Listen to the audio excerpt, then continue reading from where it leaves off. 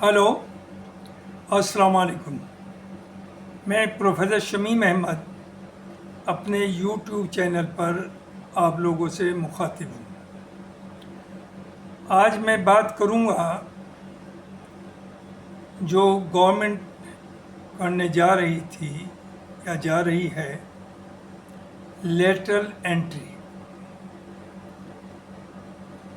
ये कुछ दिन पहले से प्रैक्टिस चल रही है कि एट हायर लेवल कुछ कम प्राइवेट कंपनीज के चीफ एग्जीक्यूटिव्स को ये जॉइंट सेक्रेटरी, डिप्टी सेक्रेटरी और सेक्रेटरी की पोजीशंस पर, सीनियर पोजीशंस पर ला करके बैठाते हैं।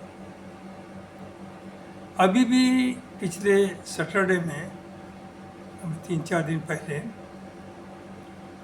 यूनियन पब्लिक सर्विस कमीशन ने नोटिफिकेशन किया और एप्लीकेशन इनवाइट की कि 45 पोजीशंस पर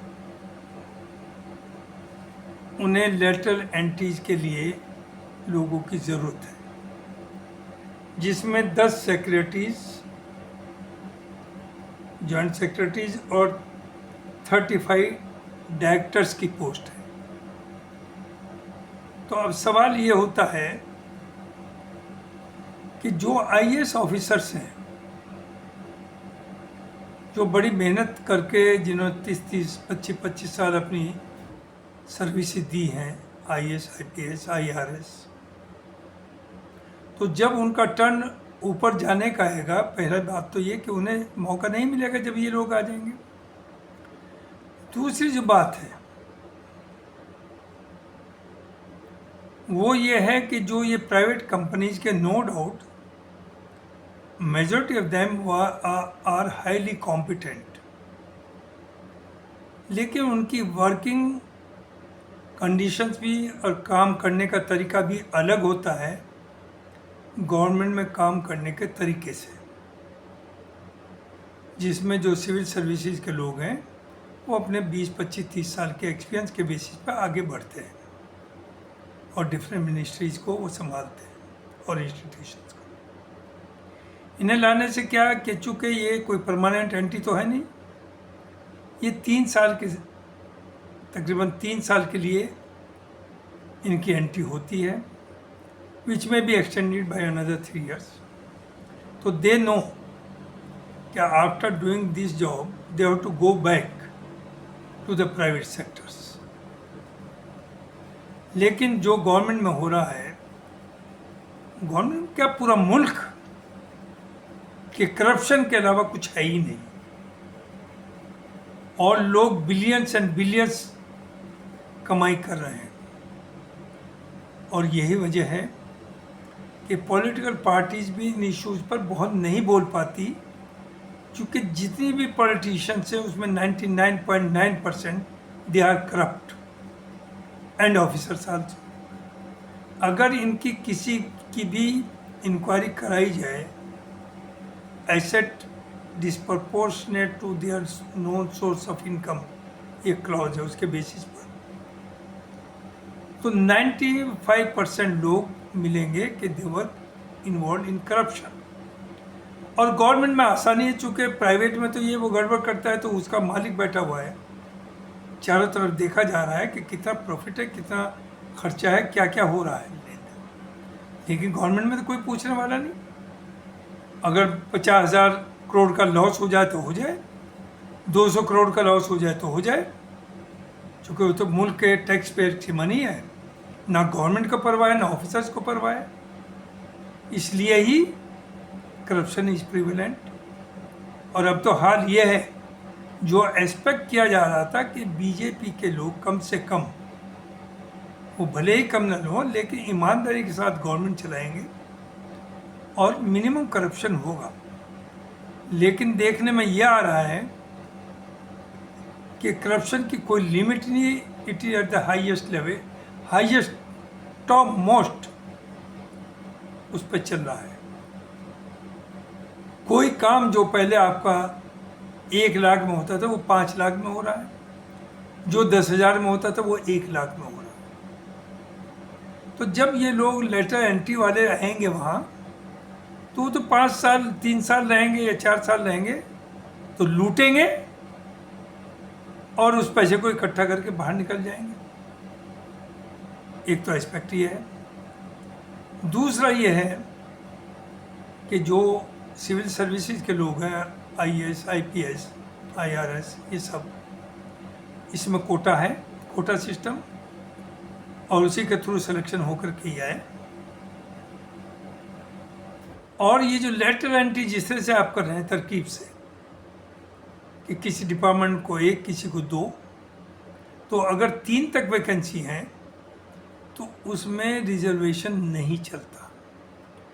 हाँ, अगर ज़्यादा वैकेंसीज हो तो रिजर्वेशन का 22% और 27% ये सब रखा जाता है। 22% SC/ST है, 27% OBC।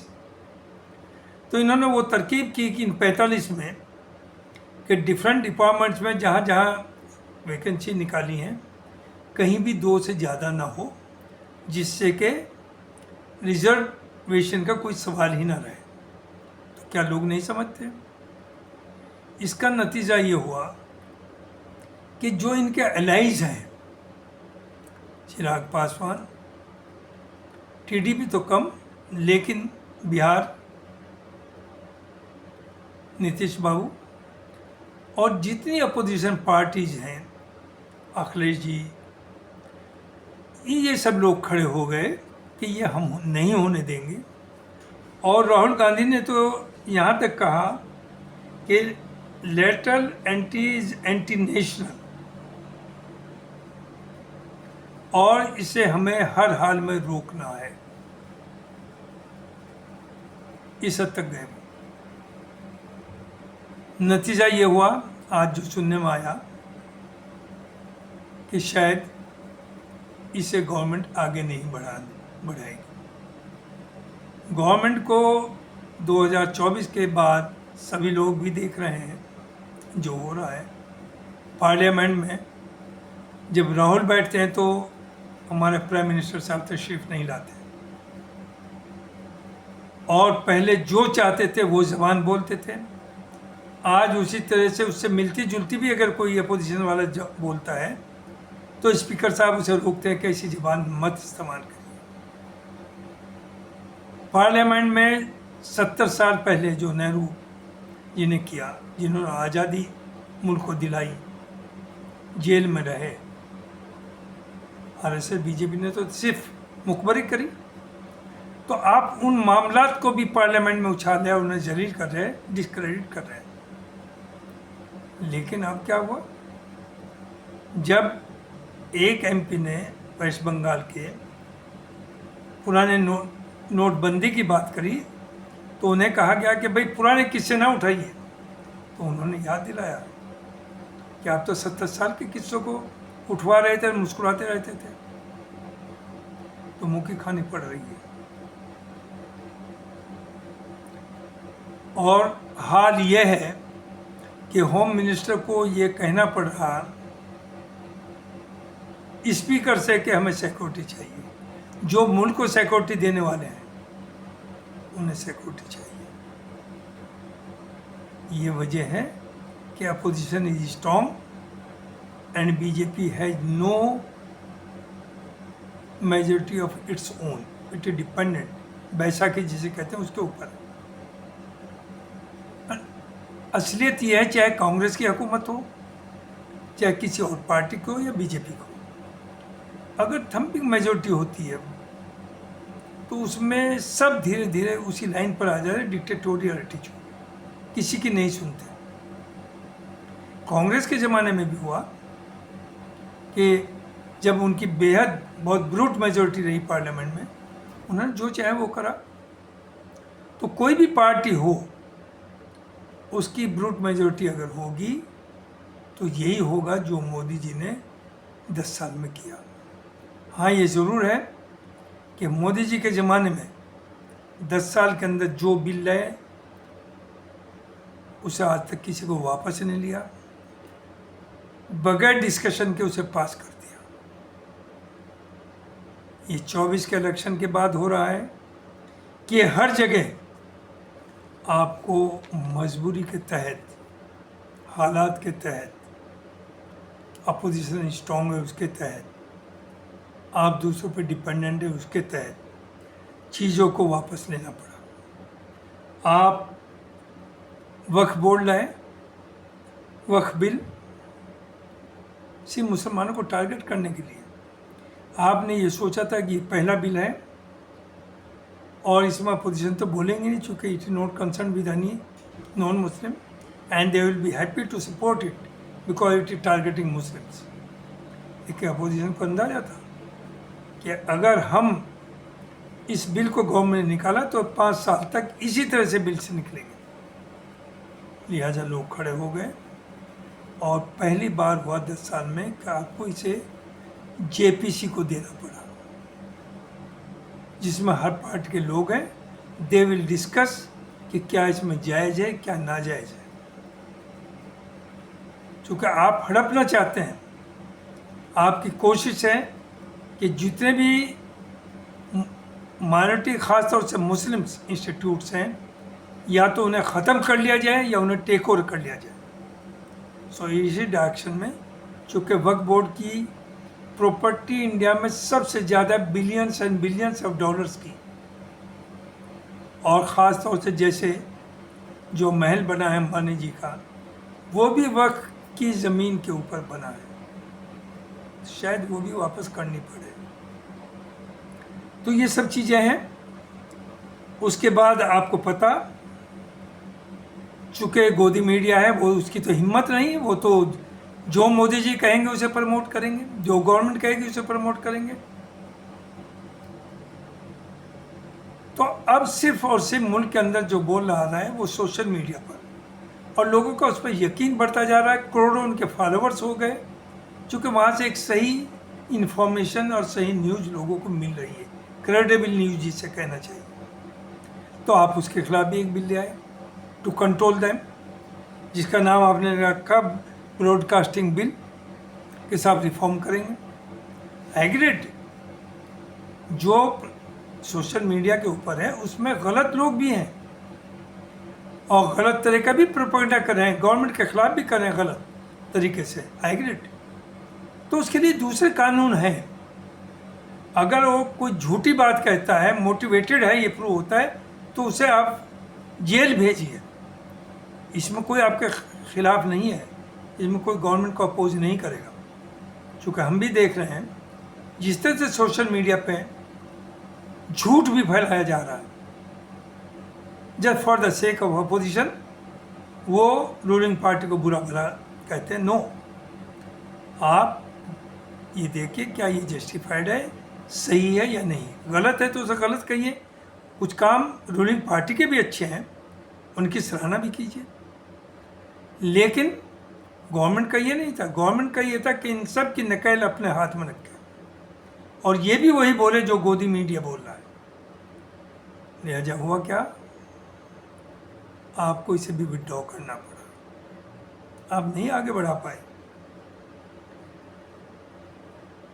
तो ये पहली बार हुआ है 10 साल के बाद, 2014-2024 के इलेक्शन के बाद पहली दफ़ा ये हो रहा कि ना तो आप आसानी से बिल्स को पास करा पा रहे हैं और ना अपनी मनमानी कर पाए। उसमें आपके जो एलाइज हैं बहुत सी चीज़ों से, वो भी कंफर्टेबल नहीं। जस्ट इमेजिन, आप कह रहे हैं हम मुसलमानों को जो रिजर्वेशन दिया ओबीसी एससी में, उसे छीन करके दलित भाइयों को देंगे, मुसलमानों का कोई रिजर्वेशन नहीं रखेगा। दूसरा, आप पसमानदा का नाम लेते हैं कि उसका भला करेंगे। Pasmanda is equal to OBC और एससी एसटी। दूसरी चीज़, आप कहलाई हैं टीडीपी चंद्रबाबू नायडू, उन्होंने कहा कि मैं मुसलमानों को रिजर्वेशन दूंगा, आप जो चाहे कर लीजिए।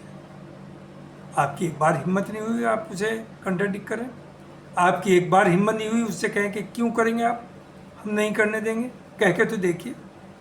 तो देखिए ये सब चलेगा नहीं। कोई भी मामला हो मेरिट पर चलिए। जैसे बीजेपी के टाइम में जो सड़कों का जाल बना, जो गडकरी ने करके दिखाया, वो हिस्टोरिकल है। उस तरह की रोड्स वेस्टर्न कंट्रीज में भी नहीं मिलेंगे, तो हम उसकी तारीफ करते हैं। योगी जी ने काफ़ी हिम्मत की, कोशिश की कि जुल्म को, माफिया को, इन्हें कंट्रोल करें, लेकिन मुश्किल ये है कि वो भी उसे रिलीजन या कास्ट के चश्मे से देखते हैं। अदरवाइज मोदी जी की लाइफ ऐसी है जो सीएम बनने से पहले थी। मोदी जी का खाना पीना योगी जी का वही है जो पहले था। वो मोदी जी की तरह नहीं जो 5-5, 10-10 लाख के सूट पहने। उनका सिंपल वही खाना है, वही पहनना है, वही सोना है, वही जागना है। और सबको मालूम है कि ना वो किसी का नाजायज़ फ़ायदा करा रहे हैं और ना वो खुद कोई नाजायज़ फ़ायदा उठा रहे हैं। तो जो अच्छी बात है उसकी तारीफ़ करें। हाँ, चूँकि उनके पास भी कुछ है नहीं देने को, उनका भी एजेंडा एंटी मुस्लिम वोट लेना है। अब 10 सीट पर बाई इलेक्शन होना है तो उन्होंने 2-3 कदम उठाए, कामयाब तो नहीं हो पाए। नजूल का मामला है, जाने क्या क्या मसले। तो देखिए, मुल्क चलेगा सबको साथ लेकर के, और अपोजिशन का स्ट्रांग होना बहुत ज़रूरी है। हम ये भी दुआ कभी नहीं मांगेंगे कि कांग्रेस को 400 सीट मिले। अगर कांग्रेस भी पावर में आती है तो उसके भी 370 से ज़्यादा नहीं होनी चाहिए, 270-72 से ज़्यादा, जस्ट सिंपल मेजॉरिटी, जिससे कि अपोजिशन स्ट्रांग हो और नकल रहे गवर्नमेंट में घमंड ना पैदा हो पाए, वो गलत ना कर पाए। हालांकि उम्मीद यही की जा रही है, जिस तरह से राहुल गांधी आगे बढ़ रहे हैं, चीज़ों को ले चल रहे हैं, कि राहुल गांधी की वो सोच नहीं है कि वो अपोजिशन को क्रश करें, झूठ को सच करें, डिक्टेटरशिप दिखाएं या घमंड की बात करें। He is second Gandhi in India. वो सिस्टम को बदलने की कोशिश कर रहे हैं, वो आइडियोलॉजिकल बात कर रहे हैं, इसीलिए लोग उनके साथ आ रहे हैं। तो ये मुझे कहना था कि लेटर एंट्री का जो मामला था, जो इन्होंने जो सोच करके कि दलित और ओबीसी को वंचित किया जाए उनके प्रमोशन से, उनके नंबर ऑफ सीट से, उसे मुंह की खानी पड़ी, विड्रॉ करना पड़ा। इससे बड़ी जलालत रूलिंग पार्टी की नहीं हो सकती। तो ये मुझे कहना था। बहुत बहुत शुक्रिया। Thank you very much.